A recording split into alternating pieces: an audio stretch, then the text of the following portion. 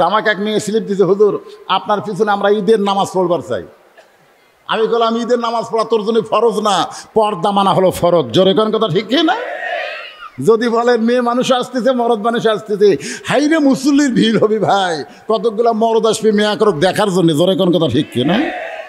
আজকে ওখানে মেয়ে মানুষ বসতেছে, ওর আশেপাশে পুরুষ কিলবিল করে কেন? আমার মা বোনদের জন্য ওয়াজ শোনা কি ফরজ? পর্দা মানা হলো ফরজ। তুমি ওয়াজ শুনতে আইসা তোমার পর্দার খেলাপ করলা, এমন জোরে কথা বলতেছো, মরদ মানুষ তোমার কথা শুনতেছে, 1 কোটি বছর তুমি ওয়াজ শুনলে একটা সব হবে না, আর একদিন পর্দা মানলে ফাতেমার সঙ্গে আল্লাহ জান্নাত দেবে। জোরে কোন কথা দেখতে না? হইসই করতেছে আর কি, হ্যাঁ হইসই করতেছে না? আর কতগুলা মরদ দেখবার গেছে। পুরুষ মানুষের জন্য 1 নম্বর নেক আমল হলো নামাজ, কিন্তু মেয়ে মানুষের জন্য 1 নম্বর নেক আমল কিন্তু নামাজ না।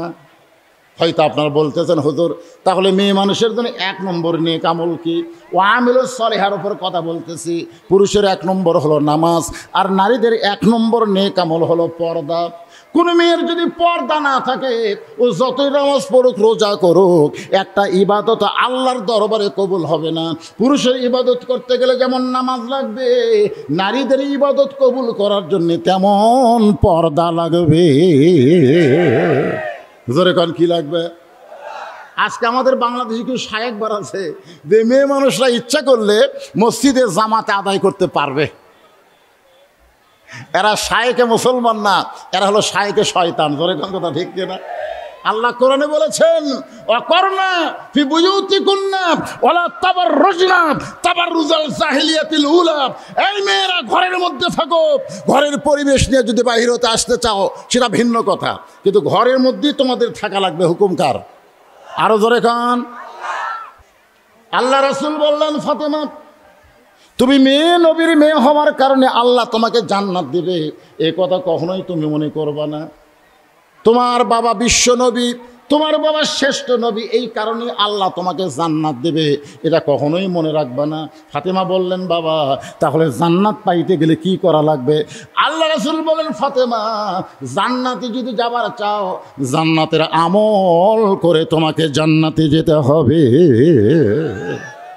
ফাতেমা বললেন বাবা নারীদের জন্য জান্নাতের আমল কি? নারীরা জান্নাতে হবে এই জন্য নারীদের আমল কি? আল্লাহ রাসূল বললেন আমল মাত্র 4টা। 1 নম্বর আমল হলো নামাজ, 2 নম্বর আমল হলো রমজান মাসের রোজা, 3 নম্বর আমল হলো স্বামীর কথা মতো চলা, আর 4 নম্বর আমল হলো পর্দার ভিতরে থাকা। এই 4টি আমল যদি মেয়েরা করতে পারে, আল্লাহ খুশি হয়ে 8টা জান্নাতের দরজা খুলে দিবে। রাসূল বলেন ফাতেমা এই 4টা আমলের মধ্যে 1 নম্বর গুরুত্বপূর্ণ আমল হলো পর্দা। 1 নম্বর গুরুত্বপূর্ণ আমলের নাম কি? একটু জোরে বলেন। পর্দা। এখন বলেন এই পর্দা মেয়েরা করবে, কিন্তু পর্দার ব্যবস্থা করতে পুরুষের দায়িত্ব আছে না নাই? জোরে কেন আছে না নাই? আপনারা যদি এখানে মেয়েদের এখানে বসার ব্যবস্থা না করতেন, মেয়েরা কি আসতো? কিন্তু আপনারা বসার ব্যবস্থা করছেন, কিন্তু পর্দা মতো এদেরকে বসার ব্যবস্থা করতে পারেননি। হয়তো বলছেন চারিদিকে তো কাপড় দিয়ে দিছি, তাহলে তো পর্দা হয়ে গেল। তাহলে পর্দা হলো না। পর্দা সম্পর্কে গুরুত্বপূর্ণ তথ্য আজকে আপনাদের সামনে আমি বলতেছি। আমার মা বোনেরা যদি ভালো হয়ে যায়, আমরা ভবিষ্যৎ জেনারেশন ভালো পাবো। জোরে কোন কথা ঠিক কিনা? আপনারা বলেন তো বর্তমান ছেলেরা এত দুষ্ট হওয়ার কারণ কি? না, বর্তমান বাচ্চারা এত দুষ্ট হওয়ার কারণ আমি হিসাব করে দেখছি। আমার দাদি আমারে বলছে তুই যখন দুনিয়াতে আসতেছিস তখন তোকে টাইনা বার করতে গিয়ে তোর মাথা লম্বা হয়ে গেছিল, পরে আমরা মাথা থাবড়া থাবড়া গোল করছি। আপনারা বলেন তো বর্তমানে কোনো সন্তান আসতে টাইনা বার করা লাগে? পেট কাটা বার করে। জোরে কোন কথা ঠিক কিনা? সত্যি কথা কি জানেন, যারা সিজার করায় একেবারে টাইমলি তাদের বাচ্চা আসে না, কিছুক্ষণ আগে আসে, 1 দিন 2 দিন আগে তাদের পেট কাটা ওটা বার করা লাগে। এখন পেট কাটার পরে দেখে বাচ্চার ঘুমই ভাঙেনি। ডাক্তার গেলে পেট তো কাটা হলো, ঘুম তো ভাঙলো না, কি করা যায়? তখন ওরা মিটিং করে, ওরা বলে পেটের মধ্যে বাড়ি করে একটা ঘুরুনি দাও। তখন এই বাচ্চারা বের করে এরকম একটা ঘুরেন দেয়, ঘুরেন যেই দেয় তখন ই করে কেন্দ্র ওঠে, মাথাতে একটা ঝাঁকি খায়, ওই ঝাঁকিতে বাচ্চা মরা পর্যন্ত অস্থির হয়ে যায়, অস্থির। এখনকার বাচ্চারা স্থির না অস্থির? হ্যাঁ, আমার মায়েরা মনোযোগ দিয়ে শোনেন, কি বলবো প্রসবের কথা, মা বিনে সেই ব্যথা কেউ তো বুঝিবে না, মাজন ঠেকিয়া সন্তানের দায়, অকালে মা মারা যায়, কেন সে মায়ের ভক্তি করো না। পদ্মানিশী মেয়েদেরকে যদি বলা হয় সিজার করে বাচ্চা হবে, মেয়েটা বলবে আমাকে সিজার কে করবে? স্বামী যদি বলে পুরুষও করতে পারে, নারী ডাক্তারও করতে পারে, পুরুষও করতে পারে, নারীও করতে পারে, ওই পদ্মানিশী মেয়ে বলবে মরে যাব, কিন্তু একটা পরপুরুষ আমার নাভির কাছে কাটবে, আমার চেহারা দেখবে, আমার শরীর দেখবে, এইটা আমি দেখাবার পারবো না। আল্লাহ কয় তোকে সিজার করা লাগবে না, তুই পর্দার মধ্যে যদি থাকতে পারিস, আমি আল্লাহ নরমালে তোকে একটা বাচ্চা দিয়ে দিব।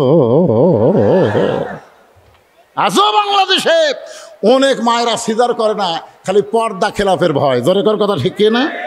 আর আমাদের গুলো পেটত বাচ্চা আসলে এক পাও হাসপাতাল দিয়ে থাকে, এই বাচ্চাগুলো কোনোদিন ভালো হবে না, এরা অস্থির হবে, এরা মসজিদের মধ্যে গিয়েও থাকতে চাবে না, খালি বের হওয়ার জন্য ধান্দা করবে। জোরে কোন ঠিক কিনা?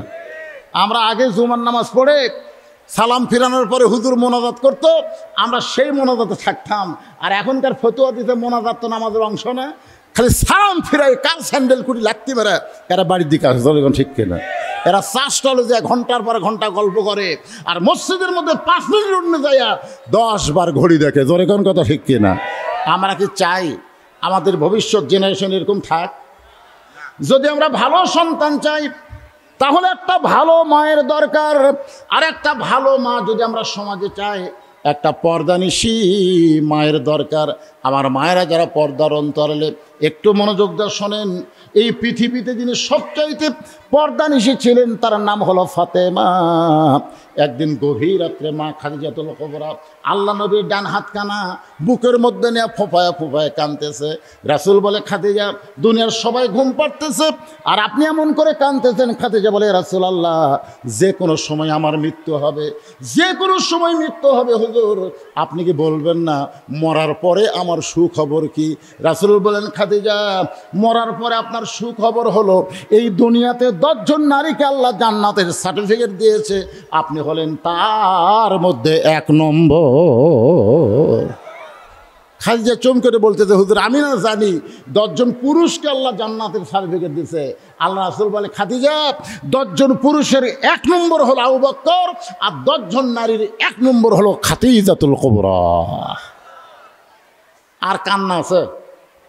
মা খাদিজা খালি মুচকি মুচকি হাসতেছে। রাসূল বলে, খাদিজা, মুচকি মুচকি হাসার কারণ কি?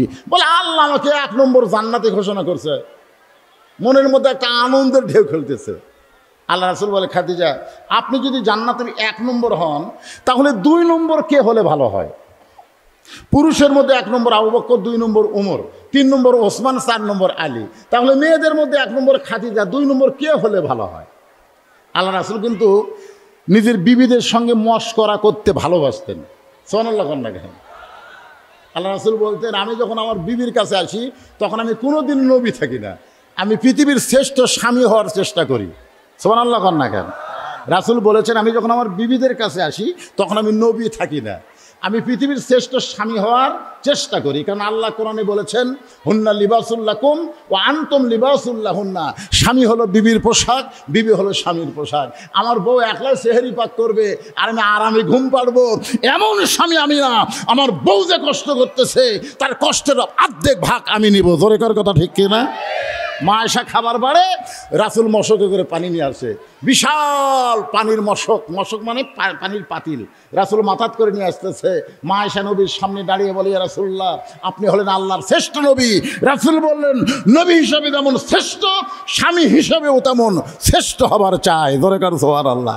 তুমি কষ্ট করবা আর আমি আরামে খাবো, এমন স্বামী আমি না। আর আমরা নবীর উম্মতের আরামে ঘুম পাড়ি, বউ সেহরি পাক করে, পাক শেষ হলে ভয় করে ডাক দিব না দেরি করব। চাঁড়াল মার্কা, জোরে কান কি মার্কা? চাঁড়াল মার্কা। ও রোজা থাকবে চায় না তো, কারণ বউ জোর করে রাখায়। খাবার সময় দেখবেন লবণের দোষ ধরছে, ঝালের দোষ ধরছে, এগুলো খাওয়া যায়, এগুলো খায় রোজা থাকা যায়। এরকম চাঁড়াল মার্কা স্বামী আছে, কথা কন্যা কেন আছে না? আর মা আয়েশা বলেন 2 তরকারি নবীর সামনে খাবার দিলাম, 2 তরকারি নবী চাকলেন, চাকার পরে বলতেছে এটা তোমরা খাও আর এইটা আমি একলাই খাবো, এত স্বাদের তরকারি তোমাকে দেওয়া যাবে না। এখন বিবিরা চিন্তা করতেছে কি করব, নবী যখন একলাই খাবে।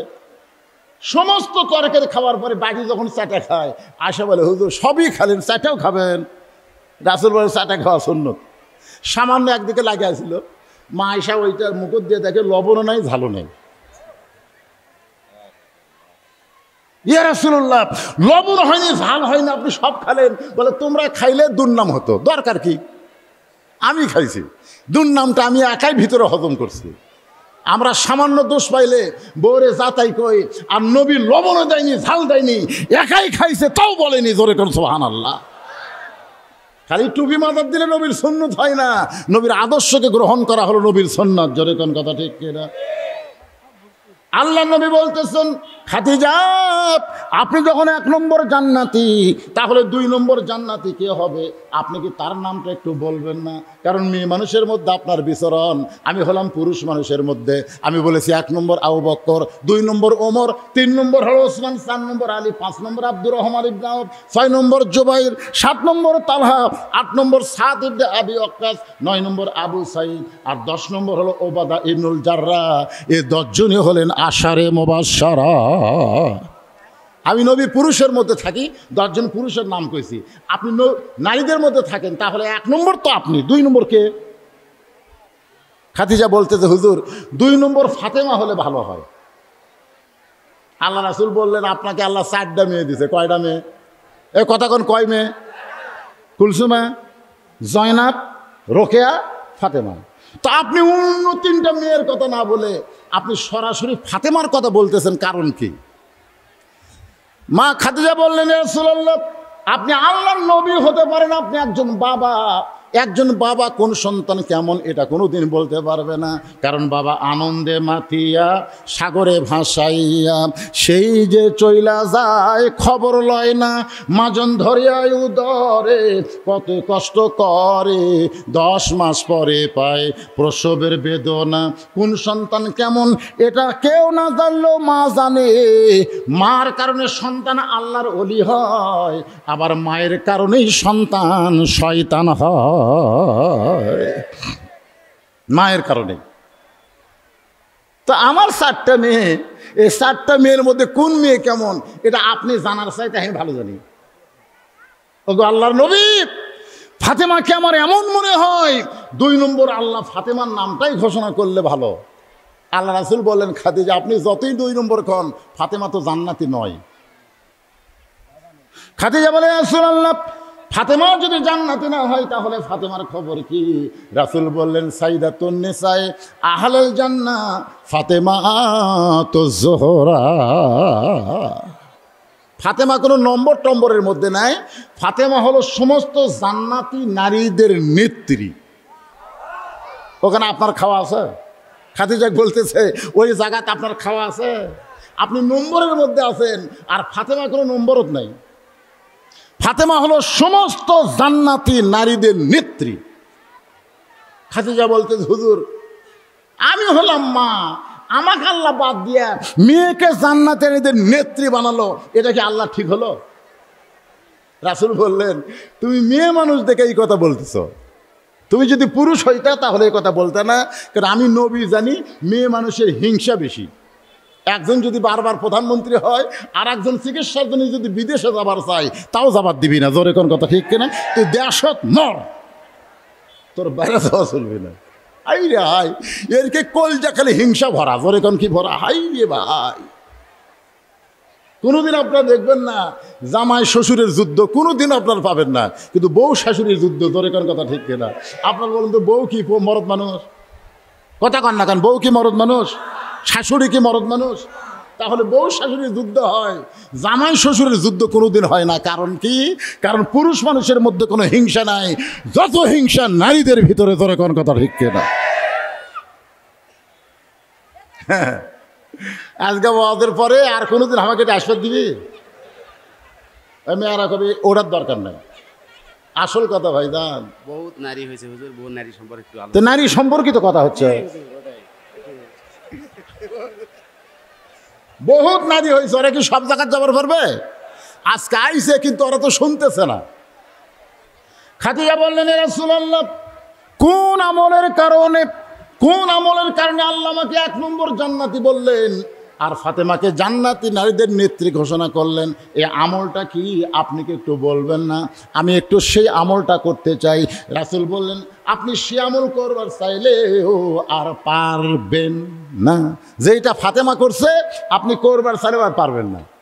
আচ্ছা, যতদিন চাকরি ছিল ততদিন ঘুষ আছিল, যতদিন চাকরি আছিল ততদিন কি আছিল? ততদিনই তওবা করেনি। যেই চাকরি রিটায়ার হচ্ছে তখন নামাজ বলতেছে, আল্লাহ আমি আর ঘুষ খাবো না, আল্লাহ আমি আর ঘুষ খাবো না। আর কান্দের ফেরেশতাকে আল্লাহ টাকি লাত্তি মারবো। যতদিন ঘুষের চাকরি করছে ততদিন শালা তওবা করেনি। যখন দেখেন চাকরি নেই তখন আমি ঘুষ নয়, তো ঘুষ দিবি কে রে শয়তান? যখন জুয়ানা ছিল তখন চুরি করার তওবা করেনি। যখন বুড়া হসে তখন আল্লাহ আমি আর চুরি করবো না, আল্লাহ তুই চুরি করবো, তুই হাঁট পারিস না। রাসূল বলেন, খাদিজা আপনি আমল করতে চাইলেও সে আমল করতে পারবেন না, কারণ আপনার এমন বয়স হয়ে গেছে। এই বয়সে, এই বয়স কি? এই বয়সটা আপনার জন্য পর্দা তেমন গুরুত্ব নাই। 50 বছরের আমের গাছের গোড়াত কেউ বেড়া দেয়? 50 বছর গাছের বয়স, গাছের গোড়াত বেড়া দিচ্ছে। একজন বলে, ভাই বেড়া দিচ্ছেন কেন? সতর্ক ভাই, যদি গরু ছাগল খায়। লোকটা বলে, পাগলা, গরু ছাগল গাছের তল দিয়ে যাবি, ঘৃণা করেও গাছের দিকে তাকাবি না। আপনি হলেন 50 বছরের আমের গাছের মতো, আপনার আর পর্দার দরকার নেই। ফাতেমা হলো লখলখা গাছের মতো, ওকে বেড়ার মধ্যে রাখতে হবে। ধরে কোন কথা ঠিক কিনা? সে আমল করবার চাইলে আপনি পারবেন না। ও খাদিজা, কোন আমলের কারণে ফাতেমাকে আল্লাহ জান্নাতীদের নেত্রী বানাইলো, এই আমল সম্পর্কে যদি জানতে চান তাহলে আপনাকে আমি 2টা প্রশ্ন করব।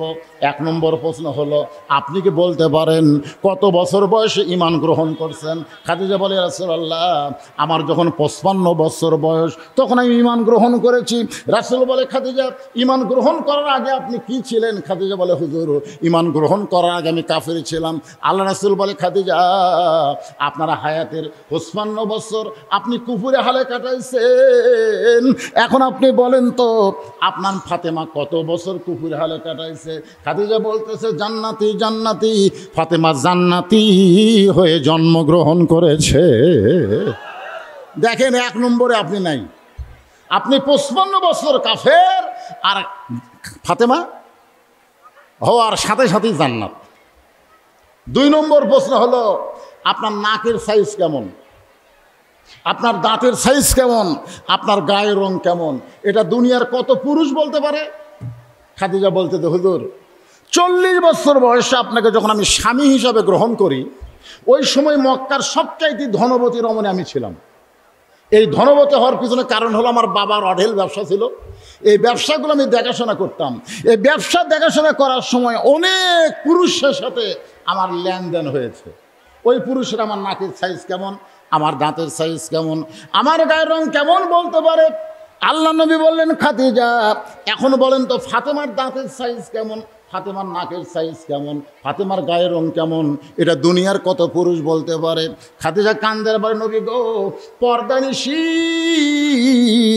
ফাতেমা পর্দার মধ্যে জন্ম নিয়েছে, ফাতেমার নাকের সাইজ কেউ বলতে পারবে না। নবী ডাকতে বলে, খাদিজা ফাতেমা শুধু পর্দার মধ্যে জন্ম নেয় নাই, ফাতেমা পর্দার মধ্যে বড় হবে। আমি রাসূল বলতেছি, একদিন গভীর রাত্রে ফাতেমা এই পর্দার ভিতরেই দুনিয়া থেকে বিদায় নিবে। আজকে মরার পরে আমরা মেয়েদেরকে 5 কাপড় দেই, এমনকি লাশটা পর্যন্ত চাদর দিয়ে ঢাকা রেখি। মেয়েদের লাশ দেখা জায়েজ নাই, 5 কাপড় দিছি, আবার চাদর দিয়ে খাটনি ঢাকাতেছি।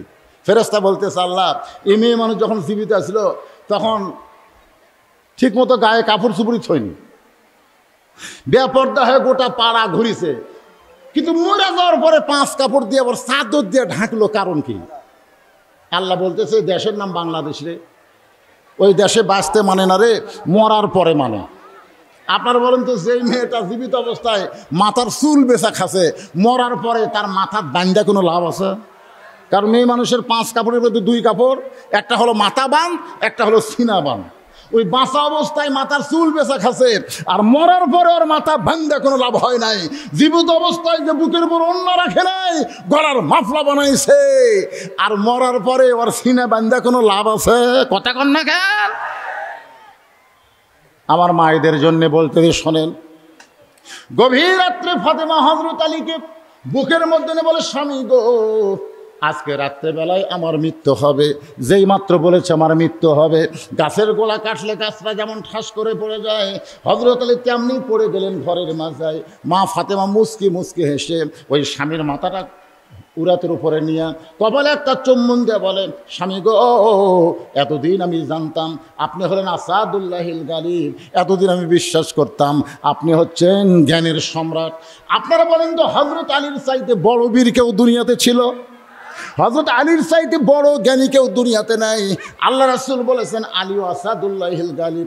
রাসূল বলেছেন, আনা মাদিনাতুল ইলমে ও আলী ও বাবুহা। দুনিয়ার সমস্ত বীরের চাইতে বড় বীর হযরত আলী, দুনিয়ার সমস্ত জ্ঞানের চাইতে বড় জ্ঞানী হযরত আলী। কিন্তু যেই মাত্র শুনেছে গভীর রাত্রে ফাতেমা মৃত্যুবরণ করবে, শোনার সঙ্গে সঙ্গে ঘরের মাঝায় পড়ে যায়। মা ফাতেমা মুচকি মুচকি হেসে স্বামীর কপালে একটা চুম্বন দিয়ে বলে, স্বামী গো, এমন করে আপনি কাঁদবেন না, আমি মরে যাওয়ার পর আমার 3টা চাওয়া আপনাকে পুরা করা লাগবে। আমি মরার পরে আমার 3টা চাওয়া পুরা করা লাগবে। আলী কান্দের বলে, ফাতেমা, দুনিয়াতে গরিব ছিলাম বলে তুমি কিছুই চাইলা না, আর মরার পরে তুমি কি চাইবা ফাতেমা? আপনার বলেন তো, হযরত আলী গরিব ছিল না ধনী ছিল? এত গরিব ছিল। একদিন নবী ফাতেমার ঘরের মধ্যে ঢুকে দেখে ফাতেমা কাঁদতেছে। রাসূল বলে, ফাতেমা কি কারণে কান্দো? ফাতেমা বলে, বাবা, এমন একটা গরিবের সঙ্গে আমার বিয়ে দিয়েছেন বাবা, আপনি ঘরে দেখেন কোনো খাবার নাই, হাসান হোসেন ক্ষুধার জ্বালায় কান্দে, বারবার মায়ের কাছে খাবার চায়, কিন্তু আমি খাবার দিবার পারি না। এমন একটা গরিবের সঙ্গে আমার বিয়ে দিয়েছেন যে কোনো কর্ম করতে পারে না, তার কামাই কাজে সহায় সম্পদ নাই। রাসূল মুচকি হেসে বলে, ফাতেমা, ধনী ধনী ছেলেরা তোমাকে বিবাহ করার চাইছিল, কিন্তু আমার আল্লাহ তারা ঘটকালি করার কারণে ওই গরিব আলীর সঙ্গে তোমার বিয়ে দিছি। মা, আজকে তুমি শুনে নাও, বাল তুসিরুনাল হায়াতাদ দুনিয়া ওয়াল আখিরাতু খায়রুন ওয়া আবকা। এই তুচ্ছ দুনিয়ার মোহে পাগল হইও না। 33 বার সুবহানাল্লাহ, 33 বার আলহামদুলিল্লাহ, 34 বার আল্লাহু আকবার আমল করো, আল্লাহ তোমার আখিরাতকে সুন্দর করে সাজায় দিবে। ফাতেমা, শত কষ্টের মধ্যে থাকলেও আলীরে যেন কষ্ট দিও না। তুমি কষ্টে আছো, এই কথাটা না আলীর কাছে প্রকাশ করো না। আমি তোমার বাবা হিসেবে তোমাকে অনুরোধ করতেছি, স্বামীরে কষ্ট দিয়ে কোনো বউ জান্নাতে দেওয়ার পারবে না। আল্লাহ ছাড়া কাউকে যদি সেজদা দেওয়ার হুকুম থাকতো, তাহলে আমি বলতাম আলীর পায়ে সেজদা কর। সেদিন থেকে ফাতেমা দুনিয়ার জীবনে স্বামীর কাছে আর কিছুই চাই নাই।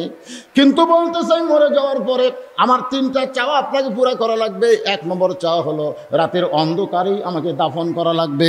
2 নম্বর চাওয়া হলো আমার লাশটা খাটনিতে তুলবেন না। আমার 3 নম্বর চাওয়া হলো আমার কোনো জানাজার ব্যবস্থা করবেন না। 1 নম্বর চাওয়া রাতের বেলায় মৃত্যু, রাতের বেলায় দাফন।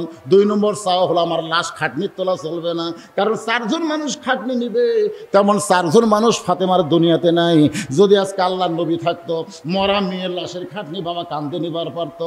হাসান হোসেন যদি বড় হইতো, মায়ের লাশের খাটনি কান্দে নিবার পারতো।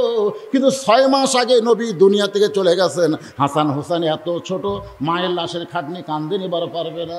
আপনি একটু কষ্ট করে আমার লাশটা কান্দে করে জান্নাতুল বাকির পূর্ব কোণায় সবুজ রঙের একটা বাতি জ্বলবে, ওই বাতি বরাবর আমাকে দাফন করবে। গভীর রাত্রে হযরত আলী ফাতেমাকে দাফন করলেন রাতের বেলায়। আল্লাহর কাছে বলতেছে, আল্লাহ আমি স্বামী হয়ে বলতেছি আমার বউ হলো 1 নম্বর পর্দানিশী। কয় নম্বর? আমি স্বামী, আমরা বলে পারবো? আপনার বউয়ের খবর কি?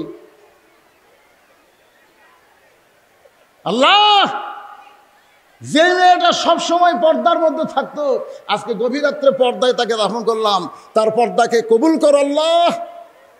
এই দোয়া করে তাকায় দেখে সামনে কয়েকটা পুরাতন কবর। এখনই ফাতেমার কবর দিছে, সেই কবর নেই। আলী কয়েক নিজের হাতে দাফন করলাম, এই নতুন কবর কোথায় গেল?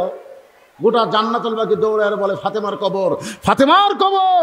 কে যেন ডাক দেবে, আলী রে, ফাতেমা হলো পর্দানিশী। আমি আল্লাহ জহুরা ডিগ্রি দিয়া ফাতেমার কবরটাকেও কিয়ামত পর্যন্ত পর্দা করে দিয়েছি।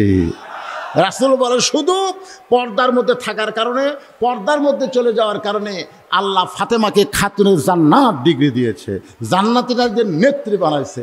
আমি আমার মা বোনদের জন্য বলবো, মা, অন্য আমল যদি কমজোরি হয় আল্লাহ মাফ করে দিবে, কিন্তু পর্দার ব্যাপারে কম বেশি করা যাবে। 1 নম্বর আমিলুস সালিহার নেক আমল হলো নারীদের পর্দা, আর পুরুষের 1 নম্বর আমল হলো নামাজ। জোরে বলেন, নাম কি? আরো জোরে কোন? নামাজ। আমিলুস সালিহার পরে সূরা আসরের 3 নম্বর বিষয় হলো ওয়াতাওয়াসাউ বিল হক। ওয়াতাওয়াসাউ বিল হক। এ বাংলাদেশে হক আর বাতিল আছে না নাই?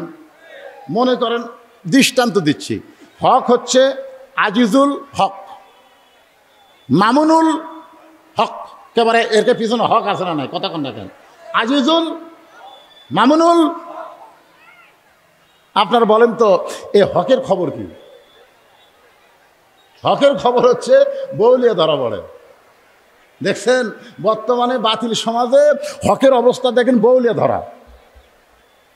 একজন সাংবাদিক বলে, আপনার কাবিন আছে? হক তো মহাবিপদে পড়ছে। কে রে, বউলিয়া কাবিন লিয়া কে ঘরে রে? আর বাতিলের অবস্থা দেখেন, বিয়া ছাড়াই বাচ্চা। সাকিব খান, যেরকম কি খান, বিয়া ছাড়াই বাচ্চা, বিয়া ছাড়াই বুবলি বাচ্চা।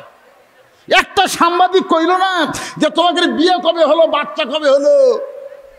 বাংলাদেশের সাকিব খানকে কোনোদিন পুলিশ ধরলো না। আসলে বর্তমান যদি কোরআনের হক থাকতো, তাহলে সাকিবের মতো লুচ্চারা বাংলার জমিনে থাকতে পারতো না। জোরে কোন কথা ঠিক কি না? কিন্তু আজকে বাতিল চলার কারণে হকের অবস্থা কি? দেশে আইলো কলিকাল, ভেড়া চাটে বাঘের গাল, হক কথা বললে তোমায় মারবে রে, হক কথা বললে তোমায় জেলে দিবে রে। সূরা আসরের 3 নম্বর বিষয় হলো তাওয়াসাউ বিল হক। হক কথা বলতে হবে, হক পথে চলতে হবে। হকের পথে চলতে গিয়ে যদি মৃত্যু আপনার সামনে আসে, মৃত্যুকে বরণ করা হবে, কিন্তু হক ত্যাগ করা যাবে। আমার সঙ্গে যারা পারেন তারা একটু বলেন, কুল জাল হক ওয়া যাহাকাল বাতিল ইন্নাল বাতিলা কানা যাহুকা। হাজার হাজার মানুষ খাওয়া দাওয়া করতেছে, এরকম আপনাদের এলাকাতে অনুষ্ঠান হয় না? হাজার হাজার মানুষ খায়, এরকম হয় না? যেরকম হয় কি হয় না? আমাকে এলাকায় কোনো মানুষ মারা গেলে তার ছেলেরা যদি খুব ধনী হয়, তাহলে গরু টরু জব করে হাজার হাজার মানুষকে খিলাই। আপনার এলাকাতে এরকম আছে? আমি হকের উপর ওয়াজ করতেছি, ওয়াতাওয়াসাউ বিল হক। মনোযোগ দিয়ে শোনেন, মনোযোগ না দিলে দিনের মাহফিল বুঝতে পারবেন, রাতের মাহফিল একটা আলাদা। আপনাদের আমি বলবো, এই জায়গায় এত মানুষ যখন বলছিদের আসনবার চাই, এই দিনের বেলায় তারিখ না নিয়ে রাতের বেলা একটা তারিখ নেওয়া দরকার। জোরে কোন কথা ঠিক কিনা? হ্যাঁ, রাতের বেলা। আর এই গরমের মধ্যে না নিয়ে মোটামুটি, তাহলে একটা ভালো হতো। কি একটা অবস্থা! তা হাজার হাজার মানুষ খাওয়া দাওয়া করতেছে, এখানে হাজার হাজার মানুষ বসে আছে না নাই? তা খাওয়া দাওয়া করতেছে। ইতিমধ্যে এক পাগল রাস্তা দিয়ে যাচ্ছে, যাওয়ার সময় বলতেছে, মানুষ নাই রে, মানুষ নাই। তো যারা খাচ্ছে তাদের মধ্যে একজন মাথা তুলে কয়, কে রে, মানুষ যদি না থাকে তাহলে আমরা কি? এ পাগলা কি বলতেছে, মানুষ নাই রে, মানুষ নাই। সবাই খালি খাচ্ছে আর বলতেছে, পাগলে কিনা কয়, ছাগলে কিনা কয়, পাগলা কি কয় ওটা ধরা। কিন্তু এই লোকটা চিন্তা করে, মানুষ যদি না থাকে তাহলে আমরা কি? ওই আর খায়নি, ওই পাগলার কথাটা কি সত্য হক মনে করে খাওয়া বাদ দিচ্ছে। না খাইয়া ওই দৌড়ে গিয়ে পাগলাক ধরছে, ধরে বলতেছে ভাই আপনি যে বললেন মানুষ নাই রে, মানুষ নাই, তাহলে আমরা কি? পাগলা বলতেছে কেউ তো ওটি নীতি উঠলি কেন? সবাই জানাই পাগলা, পাগলে কিনা খায়, ছাগলে কিনা খায়, তুই আমার কথা বিশ্বাস করলি কেন? বলে ভাইজান আমি জানবার চাই মানুষ নাই তাহলে এরা কি? বলে তুই কি দেখবার চাস না শুনবার চাস? যে লোকটা উঠা পাগলের কাছে গেছে, পাগল তাকে বলতেছে তুই কি দেখবার চাস না শুনবার চাস? বলে সারা জীবন তো শুনেছি ভাই, খুব একটা বিশ্বাস হয় না, একটু দেখবার চাই। যখন কি করবার চাই? সারা জীবন আমরা কোরআনের ওয়াজ শুনেছি, জোরে কোন কথা ঠিক কিনা? কিন্তু কি একটু দেখার দরকার আছে না নাই? কথা কোন দেখার দরকার আছে না নাই? সারা জীবন শোনার জন্য আল্লাহ কোরআন বাংলাদেশে দেয় নাই। কোরআনকে বাস্তব জীবনে দেখতে গেলে এক কোরআনই চলতে হবে, কোরআনের আন্দোলন করতে হবে, বাতিলের বিরুদ্ধে আমরণ যুদ্ধ ঘোষণা করা লাগবে। জোরে কর কথা ঠিক কিনা? সেই নিয়ত আছে। লোকটা বলে ভাইজান আমি একটু দেখবার চাই। বলে তাহলে চলো একটু সাইডে চলো। এবার সাইডে গিয়ে এরকম বাম হাত আলোক করছে, বলে নিজ দিয়ে তাকায় দেখ। ও এখন তাকায় দেখতেছে 15-20 জন মানুষ, বাদ বাকি হাজার হাজার শিয়াল কুত্তে দেখা যায়। হাজার হাজার মানুষের মধ্যে কয়জন মানুষ? 15-20 জন মানুষ, বাদ বাকি শিয়াল কুত্তে। তখন বলে কি দেখলাম ভাই? পাগল বলতে জবান বন্ধ, যা দেখছিস দেখছিস বলিস না, বলবার গেলে পিটন খাবো।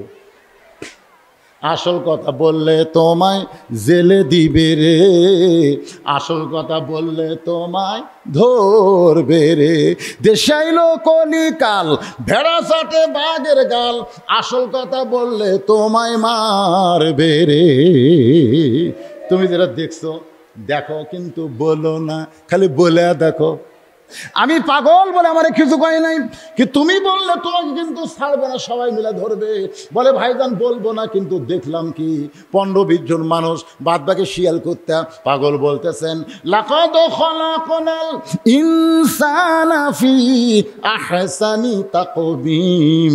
এরপরে আল্লাহ বলেছেন সুম্মা রাদাদনাহু আসফালা সাফিলিন ইন্নাল ইনসানা লাফি খসর। নিশ্চয় মানুষগুলো ক্ষতির মধ্যে। এটা কোন মানুষ ক্ষতির মধ্যে? যে মানুষটা মানবরূপী দুনিয়াতে এসে মানবীয় চরিত্র গ্রহণ করলো না, দানবীয় চরিত্র গ্রহণ করেছে। নিজে 5 তলা 7 তলা 10 তলা বানায়, তার পাশে একটা ঝুবড়ি ঘর, একটা বারো সেই দিকে তাকায় না, খালি বারবার ঘাড় কাত করে দেখে। সবাই বলে কি দেখতেছেন ভাই? বলে 6 তলা বানায়া 7 তলা রড বার করে রাখছি, এই জন্যই বারবার দেখতেছি। এরকম এই ডান কান্দের ফেরেশতাকে লাগে রে, লাগে রে, তুই যে চাপা দিবার যায় আমার লাগিচ্ছে রে। কি দেখিস? 6 তলার রড দেখতেছে। আপনারা বলেন তো, যেই মানুষ যে কোনো মুহূর্তে কবরে যাবে, ওই মানুষ 6 তলার রড দেখতেছে, ওই মানুষ আছে? শতকরা জাকাতের 2.5 টাকা দেওয়া লাগবে, ওই জাকাতের টাকা দেয় না, ওই টাকা দেওয়া সিমেন্ট কিনে 4 তলার জায়গা 5 তলা বানায়, ওই মানুষ আছে? ওই বাড়ির থাকে 5 তলা, আর পাশে একটা ঝুবড়ি ঘরে থাকে, ওই খাবার পাই কি পায় না, ওইদিকে একবার নজর করে না, ওই মানুষ আছে? কথা কন না, কোন মানুষ আছে? আল্লাহ কেন বললেন ইন্নাল ইনসানা লাফি খুসর, মানুষগুলো ক্ষতির ভিতরে? আবার আল্লাহ কেন বললেন সুম্মা রাদাদনাহু আসফালা সাফিলিন? এ হক কথা বলার দরকার আছে না নাই? দরকার আছে নাই? বলে ভাইজান 15-20 জন মানুষ দেখলাম, আর বাদ বাকি শিয়াল কুত্তা। ওই 15-20 জন কেমনি মানুষ থাকলো, আর বাদ বাকি শিয়াল কুত্তা কেমনি হয়ে গেল? এবার পাগল বলতেছে ওই 15-20 জন বিশ্বাস করে খাওয়ানোর মালিককে। খাওয়ার আগে এরা বিসমিল্লাহ, খাওয়ার আগে এদের দোয়া আছে না নাই? যেরকম আছে না নাই? খাবার আসতেই বলতেছে আল্লাহুম্মা বারিক লানা ফিমা রাযাকতানা ওয়া কিনা আযাবান নার, বিসমিল্লাহ আল্লাহ বারাকাতিল্লাহ বলে ধরে, আর বলে খাওয়ানোর মালিককে। আর যারা শিয়াল কুত্তারা কয় লোকটা মন আছে পারে, হাজার হাজার টাকা খরচ করে আমাদের খাওয়াচ্ছে। আপনারা বলেন তো, মানুষ খাওয়ায় না আল্লাহ খাওয়ায়? যেরকম মানুষ খাওয়ায় না আল্লাহ খাওয়ায়? হ্যাঁ, এবারে বুঝবেন। আপনাকে এলাকায় আমের অবস্থা কি? আমের অবস্থা সাজনা আছে, সাজনা লিচু পাবেন, যে খরা শুরু হয়ে গেছে, অনেক মুকুল ধরেছিল, সব ঝরে পড়লো। জোরে কোন কথা ঠিক কিনা? যে দেশে বন্যা হয় না সেখানে বন্যা হলো, আর আমরা দোয়া করবার পানি পাচ্ছি না। যে হারে তাপ বাড়তেছে, আবার দেখলাম আবহাওয়া বলেছে মে মাসে নাকি তাপ আরো বেড়ে যাবে। শেষে দেখা যাবে দিনের বেলা কঠিন গরম, রাতের বেলায় ঠান্ডা, দেশটা আস্তে আস্তে মরুভূমির দিকে চলে যাবে। ধরে কথা কন না কেন? কথা কন।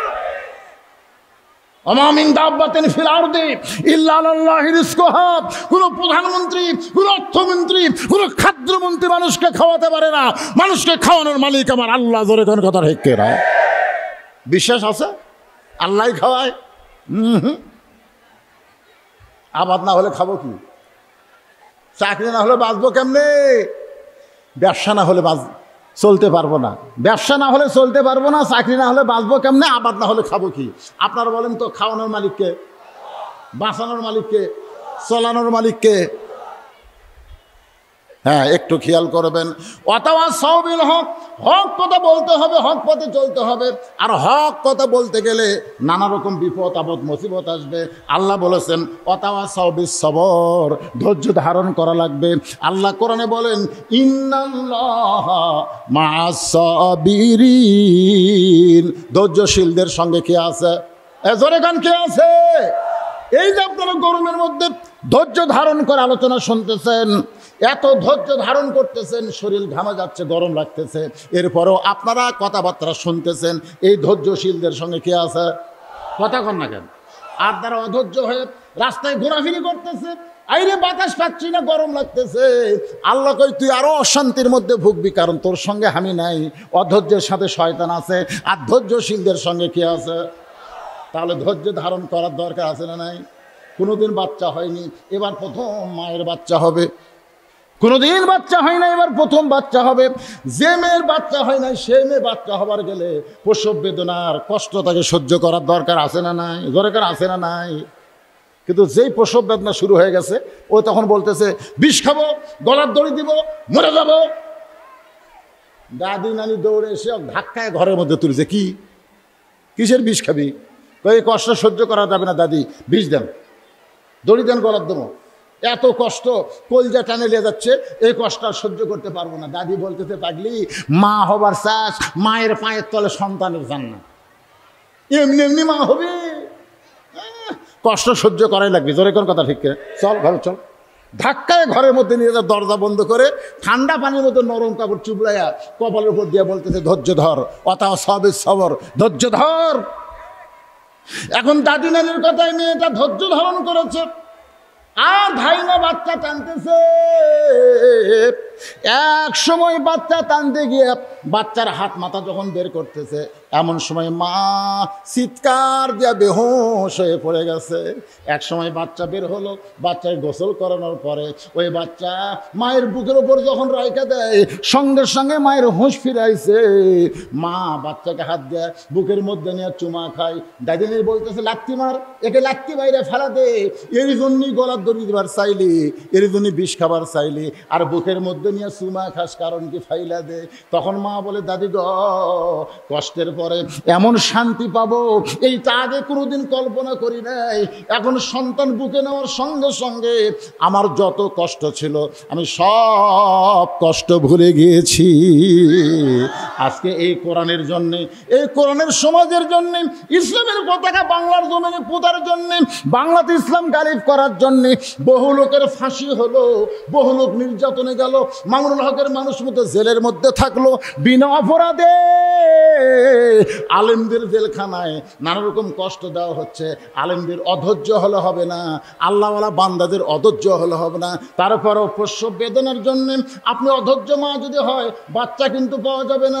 বাচ্চা যদি পাওয়ার চান, কষ্ট করে ধৈর্য ধারণ করে বাচ্চাকে বুকের মধ্যে নিয়ে যদি থাকতে চান, ওই বাচ্চা আপনার পায়ের তলে জান্নাত হবে। যদি জানতে চান আজকে কোরআনের সমাজ, কোরআনের রাষ্ট্র গঠন করতে গেলে নানা রকম প্রসব বেদনার মতন কষ্ট আসবে, নির্যাতন বেতন আসবে। পুলিশ কিন্তু জালেম খুঁজবে না, পুলিশ আলেম খুঁজবে। ভালো মানুষকে পুলিশ খুঁজবে, আর খারাপ মানুষ সিনা টান করে বেড়াবে। এরপরও ধৈর্য ধারণ করে আল্লাহ রাস্তায় যারা থাকবে, আল্লাহ বলে তোমাদের রক্ত বৃথা যাবে না, তোমাদের জেলখানা বৃথা যাবে না, তোমাদের রিমান্ড বৃথা যাবে না, তোমাদের কষ্ট বৃথা যাবে না। মা যেমন সন্তান বুকে পাইছে, এই বাংলার জমিনে একদিন কোরআনের শাসন পাইবা, একদিন কলেমার পতাকা পথ পথ করে উড়বে।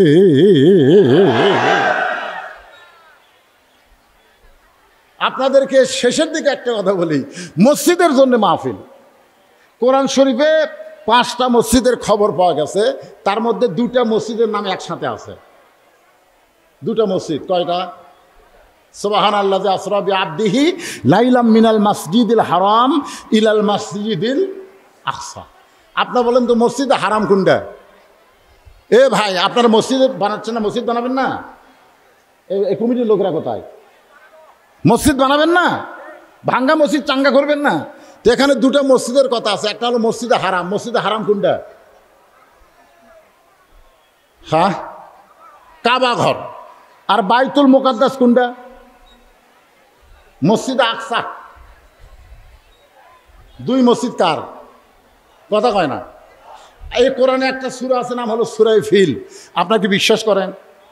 সূরা ফিলকে আপনারা বিশ্বাস করেন? আলাম তারা কাইফা ফাআলা রাব্বুকা বিআসহাবিল ফিল আলাম ইয়াজআল কাইদাহুম ফি তাদলিল ওয়া আরসালা আলাইহিম তায়রান আবাবিল। আব্রাহা বাদশা কাবা ঘর ধ্বংস করতে এসেছিল, আবাবিল পাখি দিয়ে আল্লাহ কাবা ঘর হেফাজত করলো, আব্রাহা বাদশাকে ধ্বংস করে দিল। জোরে কোন কথা ঠিক কিনা? হস্তি বাহিনী ধ্বংস হয়ে গেল। তাহলে কাবা ঘর রক্ষা করার জন্যে আল্লাহ যদি আবাবিল পাখি পাঠায় দেয়, বাইতুল মুকাদ্দাস ইহুদিরা দখল করতে চায়, ওইখানে আল্লাহ কোনো আবাবিল পাঠায় না। এ পর্যন্ত 32,000 মুসলমানকে ওরা হত্যা করলো। আপনার বলেন তো কারণ কি? কি কারণ? আল্লাহর পাওয়ার কি কমে গেছে নাকি? আমেরিকার পারমাণবিক বোমার কাছে আল্লাহর পাওয়ার নাই? ইসরায়েলের অস্ত্রের কাছে আল্লাহর পাওয়ার নাই? সেদিন ইরান যখন অংশগ্রহণ করছে, তখন অনেকে বলতেছে ইরান যখন ফিলিস্তিনের পক্ষে আছে আর টেনশন নেই। কত বড় মেও খারাপ! বলা লাগবে আল্লাহ যখন ফিলিস্তিনের সাথে আছে আর কোনো টেনশন নাই। ইরান দিয়ে, ভারত দিয়ে, আমেরিকা দিয়ে কাউকে সাহায্যকারী বলবো না। মুসলমান জানি নাসরুম মিনাল্লাহি ওয়া ফাতহুন কারীব ওয়া বাশশিরিল মুমিনিন। জোরে কোন কথা ঠিক কিনা? কারণ কি? আপনারা কি এটা বিশ্বাস করেন যে আবাবিল পাখি আছে? এটা বিশ্বাস করেন?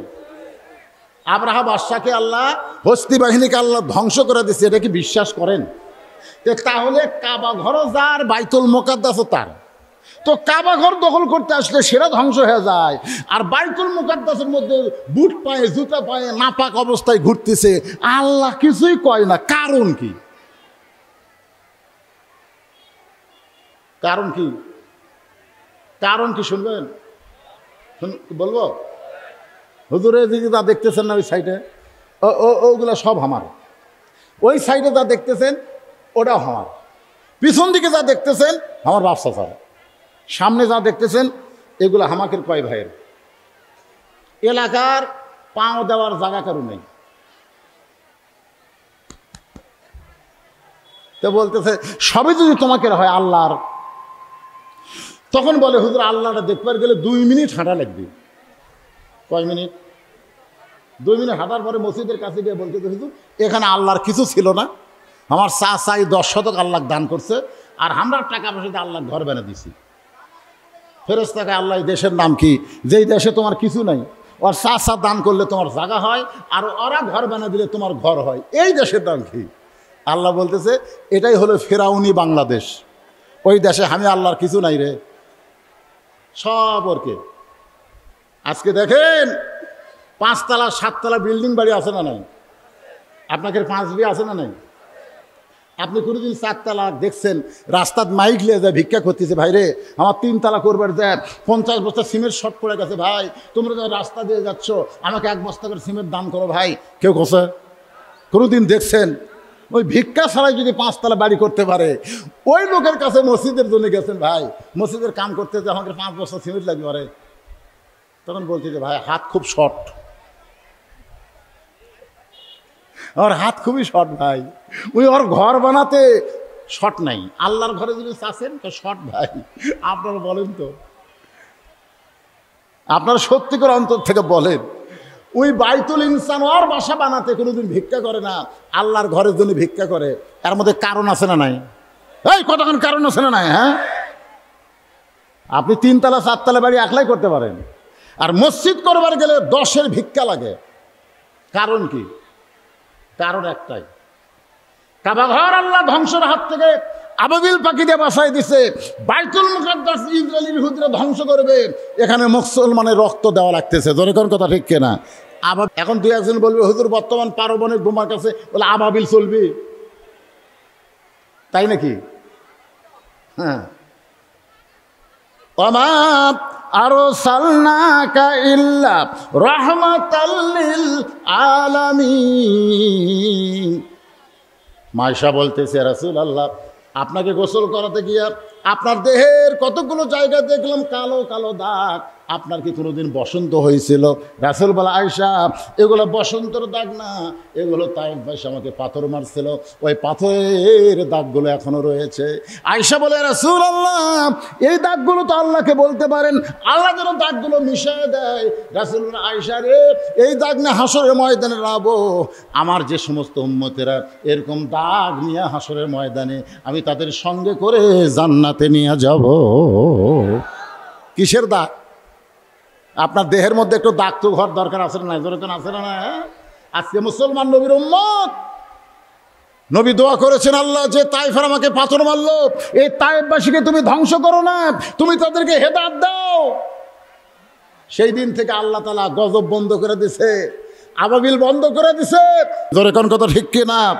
রক্তের বন্যা হবে, সে বন্যায় লক্ষ লক্ষ মুসলমানের শহীদ হবে, জান্নাতে যাবে। তারপরে সামান্য মুসলমান ওই কাফের বেঈমানদের সঙ্গে যুদ্ধ হবে, ওই যুদ্ধের নেতা হবে ইমাম মেহেদী, প্রধান সেনাপতি হবে ঈসা আলাইহিস সালাম, মুসলমানের বিজয় হবে। আল্লাহ একদিন গোটা পৃথিবীকে আবার মুসলমানের পায়ের তলায় দিয়ে দিবে। সেদিন মেয়েরা যেমন উকুন বাসে, উকুন উকুন উকুন বাসা বোঝেন, এক মেয়ে আর এক মেয়ের মাথার উকুন বাসে না, সেদিন কাফের বেঈমানকে উকুন বাসার মতন খোঁজা হবে। বলা হবে ওই পাহাড়ের গর্তে আছে, ওই পাহাড়ের গর্ত থেকে টানা বের করে তাদেরকে হত্যা করা হবে। এরকম গোটা পৃথিবী বেঈমান মুক্ত পৃথিবী হবে।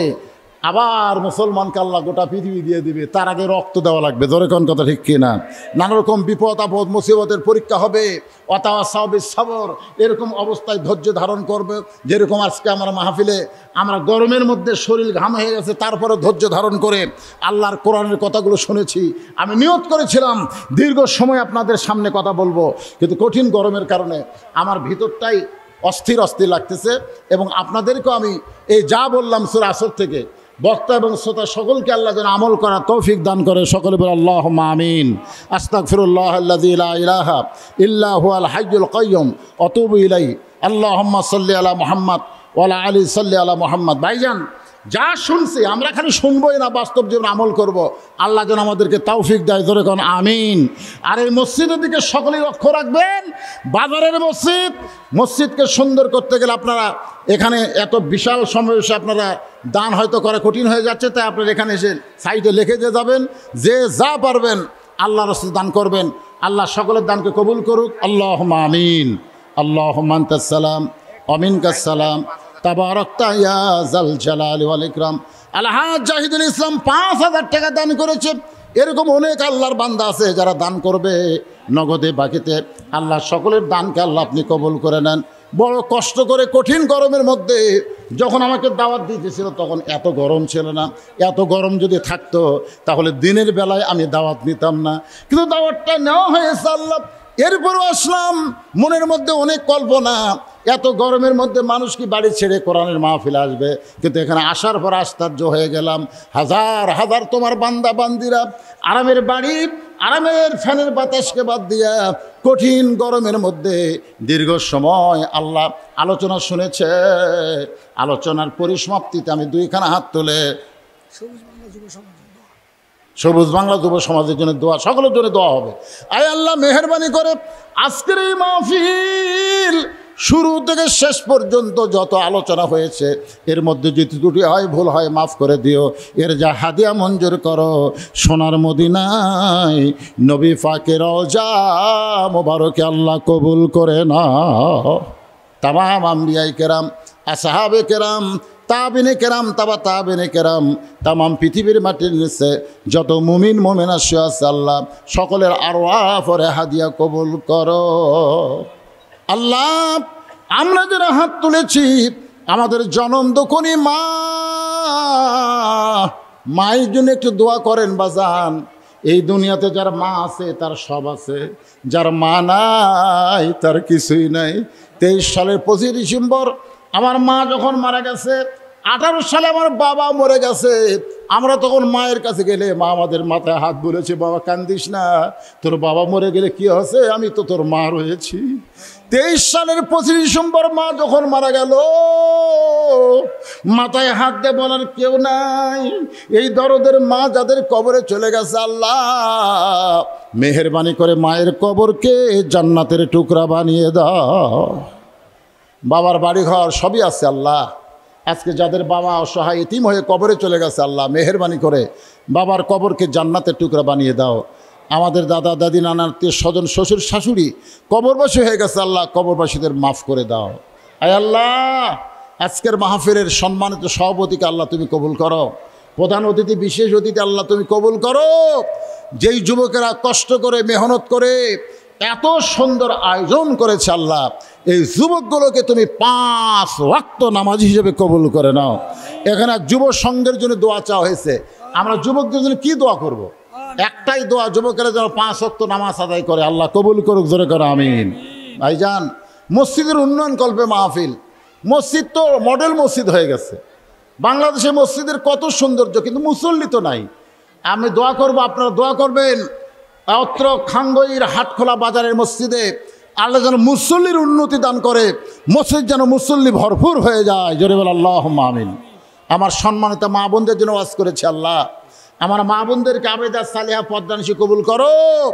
ও মায়েরা, সারা জীবন ওয়াজ শুনে কোনো লাভ হবে না যদি ভারতের স্টার জলসা জি বাংলা দেখেন। মা, ও মা, আমি ভারত বিদ্বেষী না, কিন্তু ভারতের যারা হিন্দু এদের নাটক দেখবার যায় আপনার ঘরের মধ্যে হিন্দুকের পূজার বাদ্য লোলো করে বাঁচতেছে, মুসলমানের ঘরে হিন্দুকের পূজার বাদ্য স্টার জলসা জি বাংলার মাধ্যমে চলতেছে। মা, ওই স্টার জলসা জি বাংলা বাদ দিয়ে দেন, পর্দার মধ্যে থাকেন, আল্লাহ ফাতেমার সঙ্গে আপনাদের জান্নাত দিয়ে দিবে। বাবাজিরা 1 নম্বর নেক আমল হল নামাজ। আল্লাহ আমাদের সবাইকে নামাজি হওয়ার তৌফিক দান করুক। আল্লাহ বাংলাদেশের প্রতি রহম করো। আল্লাহ কঠিন গরম চলতেছে, আল্লাহ এই তীব্র গরমের হাত থেকে আমাদের দেশকে হেফাজত করো। আল্লাহ আল্লাহ তুমি রহমতের বৃষ্টি দাও। বৈশাখ মাসের বৃষ্টি আমরা চাই না, আমরা রহমতের বৃষ্টি চাই। বৈশাখের বৃষ্টি আসলে ঝড় আসে, সব গাছপালা ভেঙে দেয়, আমরা সেই বৃষ্টি চাই না। আল্লাহ তুমি আসমান থেকে আমাদের জন্য রহমতের বৃষ্টি দাও। আল্লাহ অত্র এলাকার মধ্যে মাঠে ময়দানে যে আবাদগুলো আছে আল্লাহ আসমানের বা আসমানে, জমিনের বেলা জমিনে ডাবা দিয়ে আবাদগুলো হেফাজতের সঙ্গে বান্দাবান্দির ঘরে আরো তৌফিক দাও। আল্লাহ এই খাঙ্গের বাজারে রহমত বরকত দান করো, বাজারের ব্যবসাগুলোর মধ্যে বরকত দান করো। আল্লাহ মসজিদের ইমাম, মসজিদের খতিব, মসজিদের মুসল্লি, মসজিদ কমিটিকে আল্লাহ তুমি কবুল করো। বর্ডার এলাকায় ওয়াজ করলাম আল্লাহ, আল্লাহ সকলকে মিলেমিশে মহব্বতে বসবাস করার তৌফিক দিয়ে দাও। আল্লাহ আল্লাহ তাআলা যেদিন আমাদের মৃত্যু হবে দিনটা যেন জুমার দিন হয়, মাসটা যেন রমজান মাস হয়, ইমানের সাথে ইজ্জতের সাথে অথবা শাহাদতের পিয়ালা পান করে বাতিলের সঙ্গে যুদ্ধ করতে করতে এ দুনিয়া থেকে যেন বিদায় নিতে পারে। আল্লাহ তুমি কবুল করো। যে যা নিয়ত করে হাত তুলেছে আল্লাহ সকলের নেক নিয়ত নেক আশা কবুল করো। আল্লাহ এত কষ্ট করে আল্লাহ এত গরমের মধ্যে যারা মোনাজাতে শামিল হলো, মাহফিল ওয়াজ শুনলো, আল্লাহ সকলকে তুমি মাফ করে দাও। আল্লাহ সুবহান রাব্বিকা রব্বিল ইজ্জাতি আম্মা ইয়াসিফুন ওয়া সালামুন আলাল মুরসালিন। মৃত্যুর সময় আমাদের জবানে জারি করা দিও লা ইলাহা ইল্লাল্লাহু মুহাম্মাদুর রাসূলুল্লাহ।